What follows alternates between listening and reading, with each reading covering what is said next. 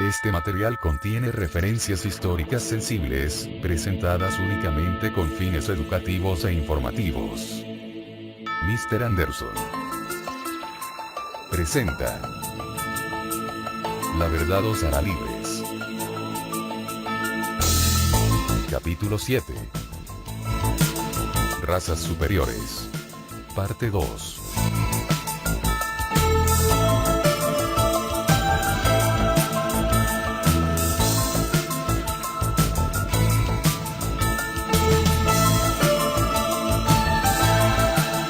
Después de la guerra, los juicios de Nuremberg se sentaron en juicio sobre los alemanes.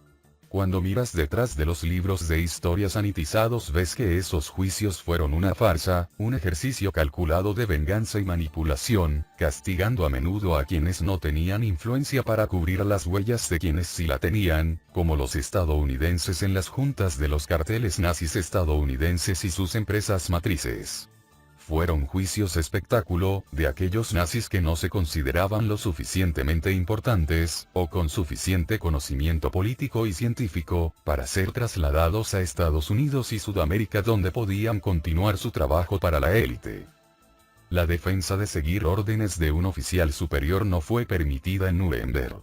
Esto significaba que si desobedecían una orden durante la guerra eran fusilados, y si obedecían la orden eran ahorcados en Nuremberg.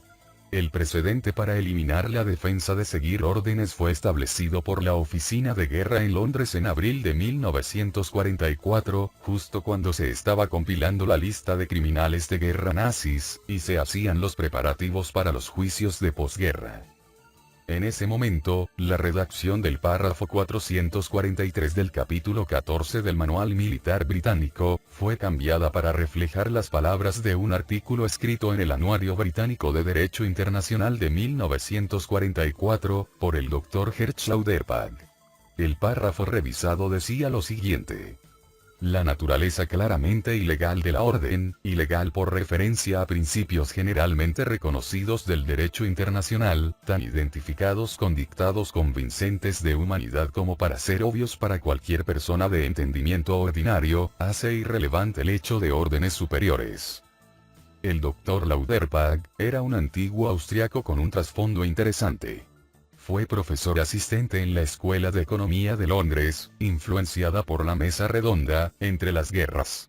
Luego, en 1940, se convirtió en profesor visitante en la Fundación Carnegie para la Paz Internacional, controlada por la élite, que se demostró promovía la guerra.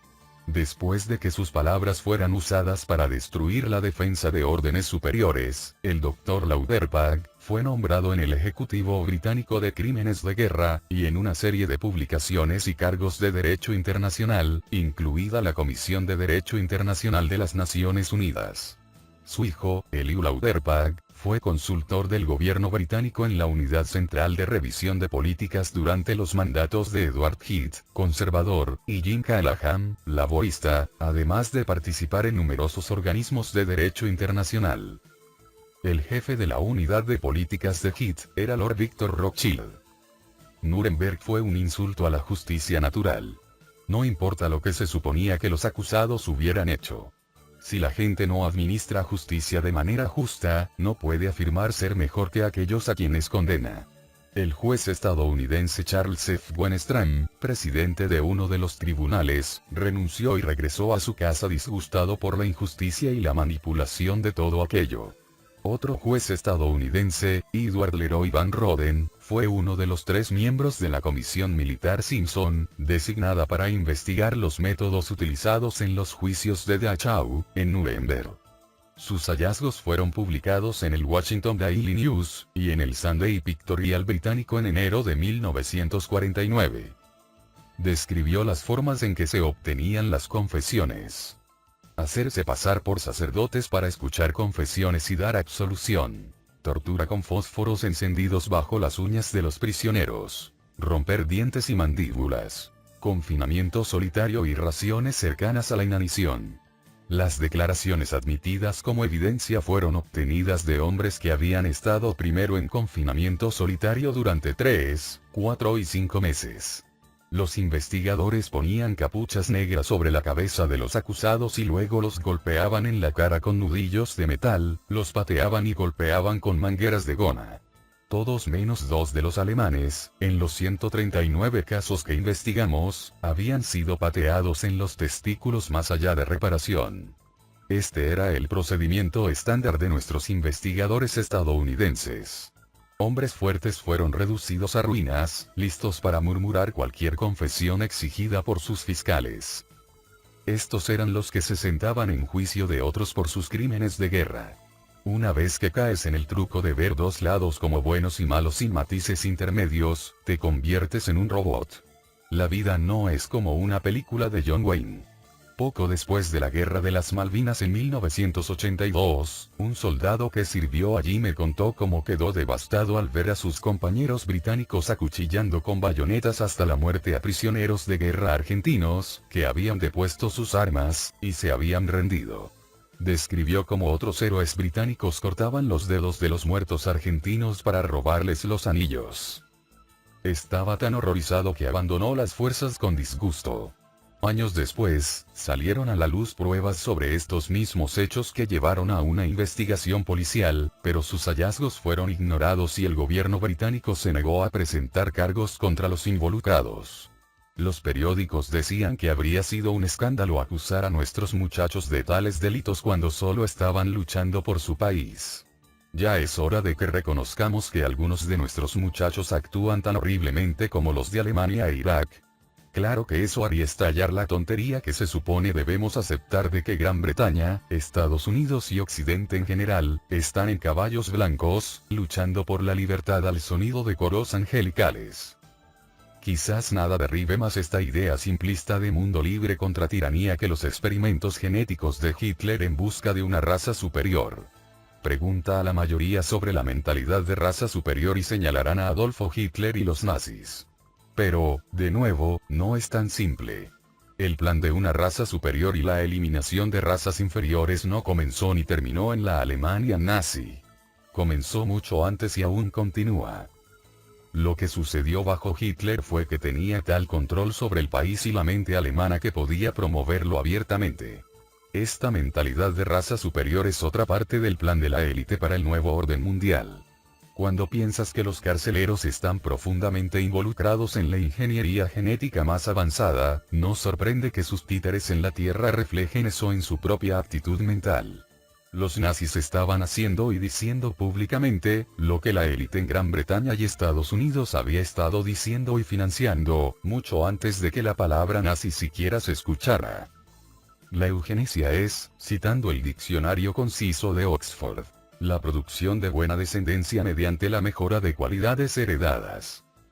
El término eugenesia fue acuñado por el inglés Francis Galton, en los últimos años del siglo XIX. Él pedía que la sociedad interviniera para mantener la pureza racial. Galton quería la esterilización forzada de los no aptos. Otro pionero de esta mentalidad fue Thomas Robert Malthus, nacido en 1766. De él provino la teoría de la supervivencia del más apto, transmitida a través de Herbert Spencer, a Charles Darwin. Malthus estaba obsesionado con la reducción de la población y propuso una serie de medidas contra las razas inferiores, los pobres, para mantener la población baja, y según él, evitar que el flujo genético humano fuera dominado por esas líneas raciales inferiores. En su obra más conocida, Ensayo, sugirió que las calles fueran más estrechas y más personas fueran hacinadas en casas, para fomentar el regreso de la peste.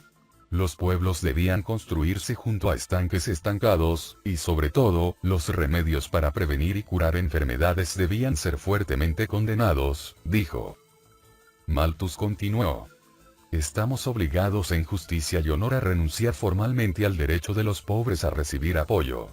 Con este fin, propongo que se haga una regulación declarando que ningún niño nacido deba tener derecho jamás a asistencia parroquial. El ilegítimo infante es comparativamente hablando, de poco valor para la sociedad, ya que otros lo reemplazarán inmediatamente. Todos los niños más allá de lo que se requeriría para mantener la población en este nivel deseado, deben necesariamente perecer, a menos que se haga espacio para ellos mediante la muerte de personas adultas. De una mente así surgió la idea de la supervivencia del más apto, y ha dominado la ciencia desde entonces. Añade a esto la creencia de que el intelecto de una persona está genéticamente determinado por el intelecto de los padres y tienes el movimiento de la eugenesia, que salió a la superficie tan infamemente bajo el gobierno de Adolfo Hitler. Aunque en los niveles más altos de la élite se conoce conocimiento esotérico avanzado, algunos de los que están más abajo en la pirámide son alentados a creer auténticas tonterías. La superioridad genética del intelecto mediante la endogamia es una de ellas. Supongo que apela al ego. Observa también cómo las propuestas de Malthus de fomentar la enfermedad y de imponer a los pobres condiciones que probablemente no sobrevivirían, siguen estando al frente de la política de la élite en el tercer mundo, y también dentro de los países industrializados. Nombres ahora familiares en este libro, como los Harriman y los Rockefeller, estaban seriamente involucrados en la eugenesia. La madre de Averell Harriman financió el lanzamiento del movimiento de ciencia racial en Estados Unidos en 1910, y construyó la Oficina de Registro de Eugenesia como una rama del Laboratorio Nacional Galton en Londres. Los Harriman fueron responsables de la fortuna de la familia Bush, y estaban cerca de otro patrocinador de la familia Bush, George Herbert Walker Bush, pariente por matrimonio de Prescott Bush, y abuelo de George Bush, quien llegaría a ser presidente de Estados Unidos. A finales del siglo XIX, algunas personas con enfermedades mentales y niños estaban siendo esterilizados por funcionarios de salud estadounidenses como resultado de las políticas de eugenesia. El estado de Indiana aprobó la primera ley en Estados Unidos que hacía obligatoria la esterilización de personas clasificadas como enfermos mentales o consideradas indeseables, y 475 hombres fueron esterilizados en el reformatorio estatal de Indiana. Tras el cambio de siglo, los Harriman y los Rockefeller gastaron más de $11 millones para establecer un laboratorio de investigación de eugenesia en Cold Spring Harbor, en Long Island, Nueva York, cerca de las propiedades de los hermanos Dulles. El estudio de la eugenesia fue alentado en universidades controladas por la élite, como Harvard, Columbia y Cornell. En Alemania, la misma línea fue seguida por Ernst Haeckel, el místico y promotor de la raza aria, cuyas ideas influirían en Hitler. Haeckel decía que era deber de una nación imponer la reproducción, y él y sus seguidores formaron la Liga Monista para promover sus creencias enfermizas en Alemania. El primer Congreso Internacional de Eugenesia se celebró en Londres en 1912. Entre sus directores estaban Winston Churchill y Alexander Graham Bell, inventor del teléfono. Para 1917, 15 estados de Estados Unidos tenían leyes de eugenesia, y todos menos unos pocos legalizaron la esterilización obligatoria de epilépticos, enfermos mentales y retrasados, y criminales habituales. En 1932, un año antes de que Hitler y Roosevelt llegaran al poder, los Harriman ayudaron a organizar el tercer Congreso Internacional de Eugenesia en el Museo Americano de Historia Natural en Nueva York.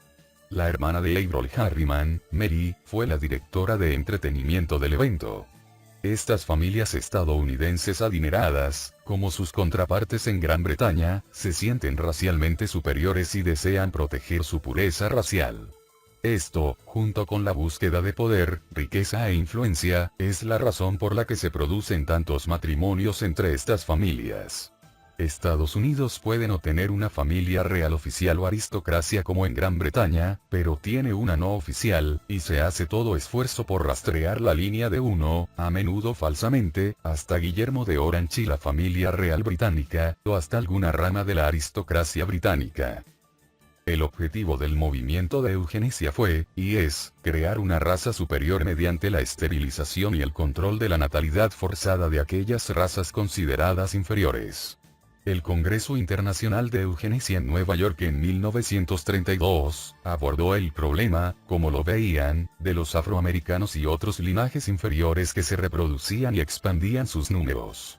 Se decidió que la manera de enfrentar este peligro para las razas superiores, o sea de ellos mismos, era mediante la esterilización y el corte de la mala sangre. El Congreso fue dedicado al trabajo de la madre de Averell Harriman, y Averell hizo lo posible por apoyar las sesiones. Él organizó personalmente que la compañía naviera Hamburg America, controlada por él, junto con George Herbert Walker Bush y Prescott Bush, transportara nazis, desde Alemania hasta Nueva York para participar en el Congreso. El más conocido de ellos fue el Dr. Ernst Rudin, psiquiatra en el Instituto Kaiser Wilhelm, de Genealogía y Demografía en Berlín. Allí ocupaba un piso entero con su investigación de eugenesia, y todo esto fue posible gracias a fondos proporcionados por los Rockefeller. El Dr. Rudin fue elegido por unanimidad, presidente de la Federación Internacional de Sociedades de Eugenesia en el Congreso de Nueva York, y esto fue en parte, un reconocimiento a su trabajo como fundador de la Sociedad Alemana de Higiene Racial. El movimiento de eugenesia promovía la esterilización de pacientes mentales, sociedades de higiene mental, la eliminación legal de criminales y enfermos graves, sociedades de eutanasia, y la llamada purificación social mediante programas de control reproductivo, y limitación de nacimientos en aquellos considerados linajes inferiores, sociedades de control poblacional. Todo esto estaba en marcha mucho antes de que alguien hubiera oído hablar de Adolfo Hitler y los nazis. La Alemania de Hitler fue un vehículo para parte de este movimiento. No fue todo el movimiento. Poco después de que Hitler aboliera las elecciones y se convirtiera en dictador de Alemania en 1933, el Dr. Ernst Rudin, financiado por los Rockefeller, fue encargado de redactar la ley para la prevención de enfermedades hereditarias en la posteridad, que implicaba la esterilización forzada de cualquiera considerado genéticamente inferior. 250.000 de personas que eran pacientes mentales, ciegos, sordos o alcohólicos, fueron esterilizados por orden de tribunales especiales de eugenesia. Rudin supervisó esta política y entrenó a psiquiatras y médicos para ordenar y realizar las esterilizaciones. ¿De dónde obtuvo el nazi Rudin su inspiración para redactar sus leyes raciales? De la Ley Modelo de Esterilización Eugenésica de 1922, presentada por Harry Hamilton Laughlin, considerado en su época como experto en eugenesia dentro del Comité de Inmigración y Nacionalización de la Cámara de Representantes de Estados Unidos. Esta propuesta fue aceptada por varios estados. La eugenesia no fue exclusiva de la Alemania nazi. En 1942, el psiquiatra estadounidense Foster Kennedy llegó a plantear públicamente la eliminación de niños con discapacidad intelectual, y entre 1941 y 1943, más de 42.000 personas fueron sometidas a esterilización en Estados Unidos. La mentalidad de raza superior tampoco terminó en 1945 con la caída de la Alemania de Hitler.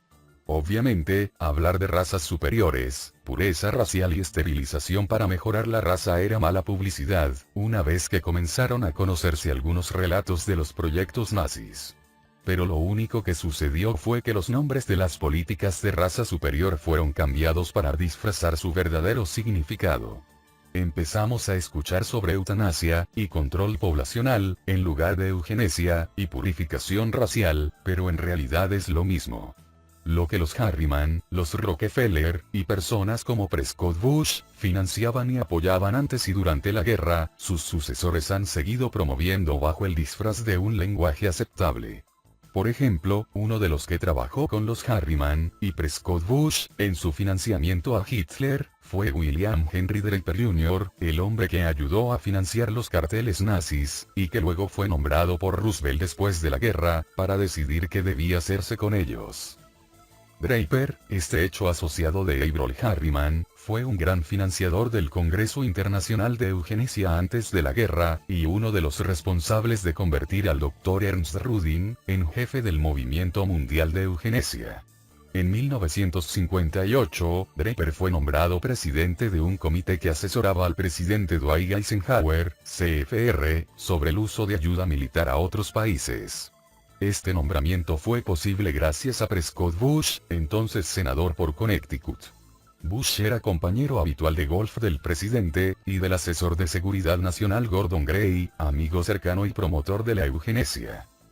Para entonces, John Foster Dulles, antiguo abogado de Bush durante el financiamiento a Hitler, era secretario de Estado, y su hermano Allen Dulles, anteriormente en Schroders, los banqueros personales de Hitler, era jefe de la CIA. En pocas palabras, un entusiasta de la eugenesia como Draper, tenía a su alrededor a muchas personas de ideas afines. Esto le permitió cambiar todo el enfoque de su comité, de asesorar sobre ayuda militar a hacer campaña sobre la amenaza de la explosión demográfica. Su comité formuló planes para despoblar los países más pobres, es decir, aquellos que no tenían piel blanca. El crecimiento de esas poblaciones, dijo Draper, era una amenaza para la seguridad nacional de Estados Unidos. Eisenhower rechazó las propuestas de Draper, pero con el apoyo de sus compañeros fanáticos de la pureza racial, fundó el Comité de Crisis de Población, Fondo Draper, que junto con las familias Rockefeller y DuPont, continuó promoviendo la eugenesia bajo el disfraz de control poblacional. Draper fue asesor del presidente Lyndon B. Johnson en este tema, y esa administración comenzó a usar el programa de ayuda exterior para financiar el control de natalidad en países no blancos. Otro de los aliados de Draper, en la política estadounidense fue el hijo de Prescott, George Bush, un defensor abierto de las políticas del general Draper. Bush organizó audiencias ya en 1969 sobre los peligros que representaba el nacimiento de demasiados bebés negros. El hijo y heredero de Draper, William Henry Draper III, fue copresidente de finanzas y jefe de recaudación de fondos para la campaña presidencial de George Bush en 1980. Más tarde, en esa década, Bush persuadió a Ronald Reagan para nombrar al joven Draper, administrador del Programa de Desarrollo de las Naciones Unidas, una organización vinculada al Banco Mundial y encargada de supervisar el control poblacional. Las políticas de eugenesia y raza superior fueron transmitidas a través de generaciones de estas familias gobernantes de la élite. Durante el mandato de George Bush en la Casa Blanca, el elemento de control poblacional del presupuesto de ayuda se disparó. Su asesor legal desde 1980 fue Boyden Gray, quien se convirtió en el principal asesor legal del presidente durante la administración Bush. Gray pudo darle abundantes consejos sobre control poblacional. Cuando Boyden era niño, después de la guerra, su padre Gordon Gray, amigo cercano de Prescott Bush, lanzó el proyecto que proporcionó la base del programa global de esterilización actual. En 1946, el movimiento de eugenesia intentaba reconstruirse tras la desafortunada publicidad provocada por uno de sus principales defensores, Adolfo Hitler. Durante la guerra, la Liga de Esterilización de América cambió su nombre a Birthright Incorporated, o Derecho de Nacimiento. Con el fin de ocultar sus verdaderos objetivos bajo un título más aceptable, y ahora buscaba un medio para volver al negocio. Sus esfuerzos por relanzarse en Iowa, terminaron cuando un niño murió durante una operación de esterilización, y la mala publicidad puso fin al plan. En su lugar se trasladaron al territorio de la familia Gray, en Carolina del Norte. Gordon Gray había fundado la escuela médica Bowman Gray, en Winston-Salem. Fue nombrada en honor al abuelo de Boyden, quien había sido dueño de la compañía tabacalera R.J. Reynolds. La escuela se convirtió en un centro de eugenesia. Compiló extensos registros de familias con enfermedades hereditarias y comenzó un proyecto que, escucha esto, esterilizaba por la fuerza a niños pequeños que no eran considerados de un coeficiente intelectual suficientemente alto. No estoy hablando de la Alemania nazi durante la guerra. Estoy hablando de Estados Unidos en 1946 y 1947. La tía abuela de Boyden Gray, Alice Shelton Gray, fundó la Liga de Mejoramiento Humano, la rama de Carolina del Norte del Movimiento Nacional de Esterilización Eugenésica, y fue la supervisora oficial del experimento de raza superior que comenzó en la escuela médica de los Gray. Otros involucrados fueron el Dr. Claude Nash Herndon, subdirector de genética médica en la escuela, y el Dr. Clarence Gamble, heredero del imperio de jabones Procter y Gamble, quien fue el jefe de operaciones de campo nacional. Los niños inscritos en el distrito escolar de Winston-Salem, fueron sometidos a pruebas de inteligencia, y aquellos que quedaban por debajo de la marca considerada aceptable por estas personas, fueron esterilizados. Sus recomendaciones eran enviadas a la Junta Estatal de Eugenesia, que tenía la autoridad para ordenar la esterilización bajo la ley de Carolina del Norte. El Dr. Claude Nash Herndon habló sobre su trabajo en una entrevista realizada en 1990, publicada en George Bush. Biografía no autorizada. Se hicieron pruebas de coeficiente intelectual a todos los niños del sistema escolar de Winston-Salem. Solo los que obtuvieron puntuaciones realmente bajas fueron seleccionados para esterilización, los del fondo del barril, como por debajo de 70. ¿Hicimos esterilizaciones en niños pequeños? Sí. Esta era una operación relativamente menor, usualmente no se hacía hasta que el niño tenía 8 o 10 años. Para los varones, solo haces una incisión y atas el tubo, más a menudo realizábamos la operación en niñas que en niños. Por supuesto, tienes que abrir el abdomen, pero de nuevo, es relativamente menor. En ese contexto, todo parecía aceptado. ¿Qué hacían los medios mientras esto ocurría? Muy poco, en realidad.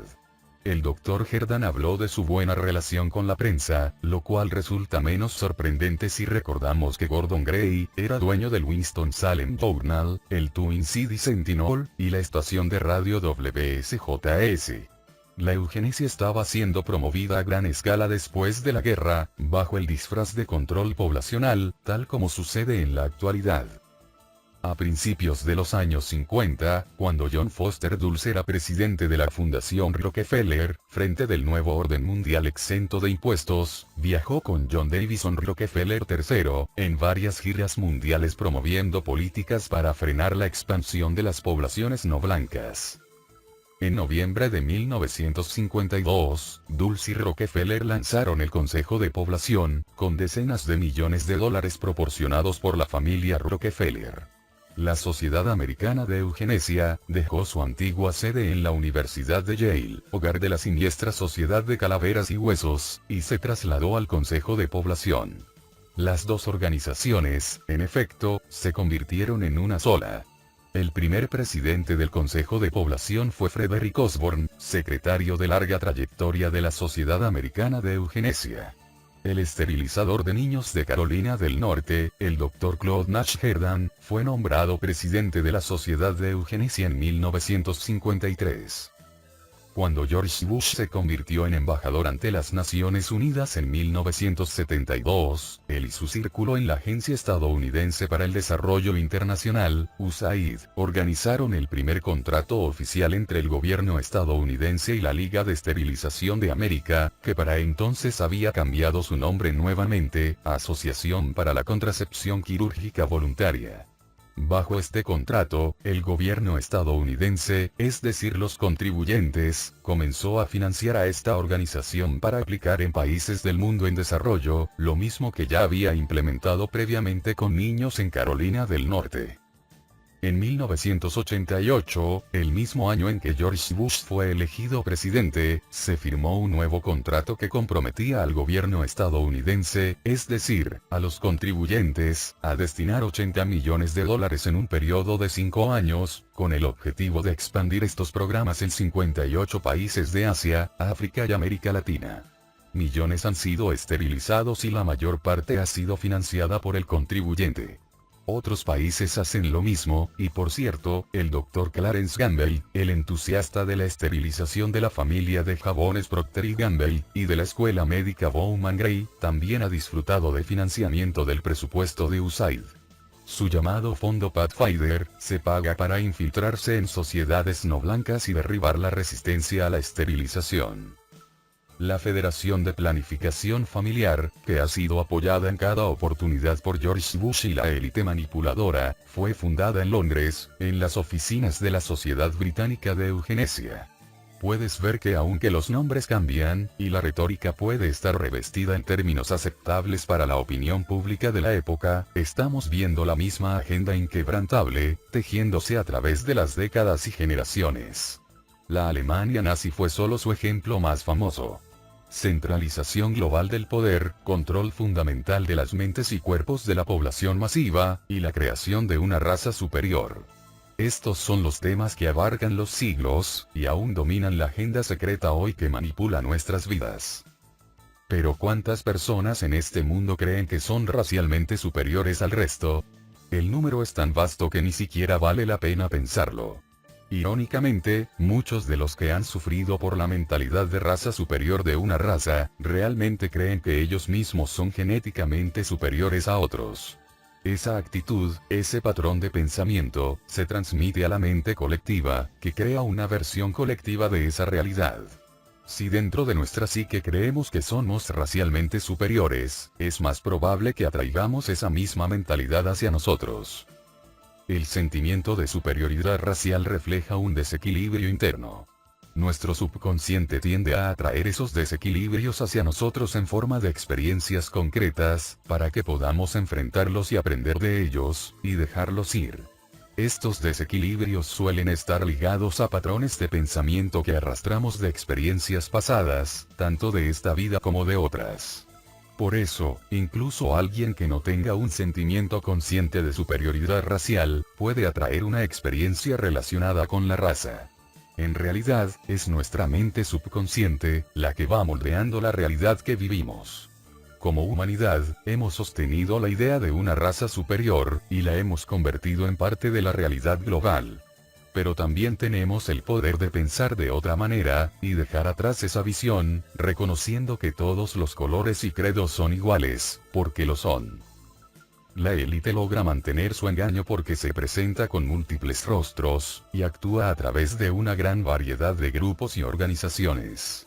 En los próximos 3 capítulos, iré desenredando parte de esta estructura y lo explicaré de manera sencilla, para que quienes recién se acercan a este tema, puedan entender cómo la élite permanece oculta ante la mayoría del mundo, mientras diseña en secreto nuestro destino colectivo.